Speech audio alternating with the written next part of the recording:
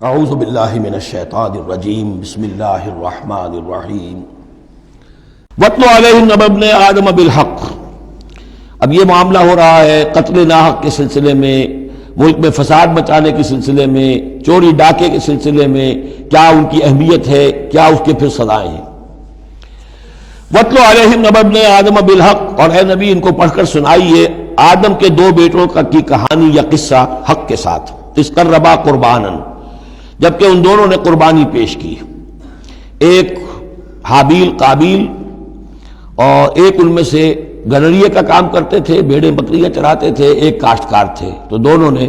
کچھ اپنی جنس لے کر آئے اور دوسرے جو ہیں وہ کچھ اپنے کوئی جانور لے کر آئے، اللہ کے لیے نذر کے طور پر پیش کیا۔ فَتُقُبِّلَ مِنْ أَحَدِهِمَا وَلَمْ يُتَقَبَّلْ مِنَ الْآخَرِ، تو ان میں سے ایک کی بھی جو قربانی تھی قبول کر لی گئی اور دوسری کی قبول نہیں کی گئی۔ یہ کیسے معلوم ہوا؟ یہ میں بتا چکا ہوں آپ کو کہ اس وقت کا معاملہ یہ تھا کہ قربانی کی قبولیت کی علامت یہ ہوتی تھی کہ آسمان سے ایک شعلہ سا نیچے اترتا تھا اور وہ اس کو بھسم کر دیتا تھا، گویا کہ اللہ نے قبول فرما لی۔ قَالَ لَأَقْتُلَنَّكَ، اب جس کی یہ قبول نہیں ہوئی تھی اس نے کہا اپنے بھائی سے جس کی قبول ہو گئی تھی حسد کی آگ میں جل کر میں تمہیں قتل کر دوں گا۔ قَالَ إِنَّمَا يَتَقَبَّلُ اللَّهُ مِنَ الْمُتَّقِينَ، انہوں نے کہا بھائی جان اس میں میرا کیا قصور ہے، یہ تو اللہ تعالیٰ کا قاعدہ ہے، قانون ہے، وہ صرف متقیوں ہی سے قبول کرتا ہے۔ لَإِن بَسَطْتَ إِلَيَّ يَدَكَ لِتَقْتُلَنِي، اگر آپ اپنا ہاتھ بڑھائیں گے مجھ پر، چلائیں گے مجھے قتل کرنے کے لیے، مَا أَنَا بِبَاسِطٍ يَدِيَ إِلَيْكَ لِأَقْتُلَكَ، تو بھی میں اپنا ہاتھ نہیں چلاؤں گا، نہیں بڑھاؤں گا کہ آپ کو قتل کروں، یعنی یہ ایک طرفہ قتل ہوگا آپ کا۔ انی اخاف اللہ رب العالمین، مجھے تو اللہ کا خوف ہے جو تمام جہانوں کا پروردگار ہے۔ انی ارید ان تبوء باسمی و اسمک، اور پھر میں چاہتا ہوں کہ اگر آپ مجھے قتل کر ہی دیں، اس انتہا تک پہنچ ہی جائیں، تو آپ اپنے گناہ کا بھی بوجھ اپنے سر لیں، میرے گناہ کا بھی بوجھ لیں۔ جو ناحق مقتول ہے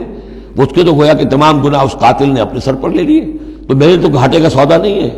What do I stand to lose؟ آخر میری کوئی خطائیں ہیں، میری کوئی غلطیاں ہیں، کوئی گناہ میں نے کیے ہوں گے، اگر آپ ناحق مجھے قتل کریں گے تو میرے ان تمام گناہوں کا وبال آپ کے سر آ جائے گا، تو مجھے تو کوئی نقصان والی بات نہیں۔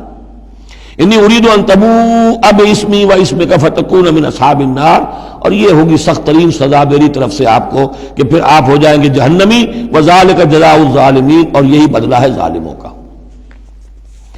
فطوعت لہ نفسہ قتل اخیہ، اب اس کے نفس نے آمادہ کر ہی لیا اسے اپنے بھائی کے قتل پر، یعنی ان الفاظ میں بٹوین دی لائنز یوں سمجھیے کہ ہے اس کے اندر بھی وہ تو رہتا ہے نا حق اور باطل کی ایک کشاکش اور نیکی اور بدی کا غلبہ، قتل کروں یا نہ کروں، آخر بھائی کی باتیں بھی آئی ہیں، وہ دل نشین ہے، لیکن یہ کہ نفس جو ہے اس وقت اس کے اندر جو بھی شیطنت گھسی ہوئی تھی، اس نفس نے اسے آمادہ کر ہی لیا اپنے بھائی کو قتل کرنے پر، فقتلہ، تو اس نے انہیں قتل کر دیا۔ فاصبح من الخاسرین، ہو گیا تباہ ہو جانے والوں میں۔ فبعث اللہ غرابا یبحث فی الارض، یہ پہلا خون ہے جو نسل آدم میں ہوا ہے، تو اللہ تعالیٰ نے کوے کو بھیجا، وہ زمین کو کریج رہا تھا۔ اب اسے قابیل کو یہ سمجھ میں نہیں آ رہا تھا کہ میں کیا کروں، ابھی لاش جو ہے بھائی کی اس کو کیسے ڈسپوز آف کروں، تو اللہ تعالیٰ نے ایک کوے کو بھیج دیا، وہ زمین میں جیسے آپ کو معلوم ہے چونچے مارتا ہے، اس میں سے کچھ دانے نکالتا ہے، وہ دیکھا یبحث فی الارض لیریہ، تاکہ اللہ اسے دکھا دے کیف یواری سوءۃ اخی، کہ اپنے بھائی کی لاش کو کیسے چھپائے۔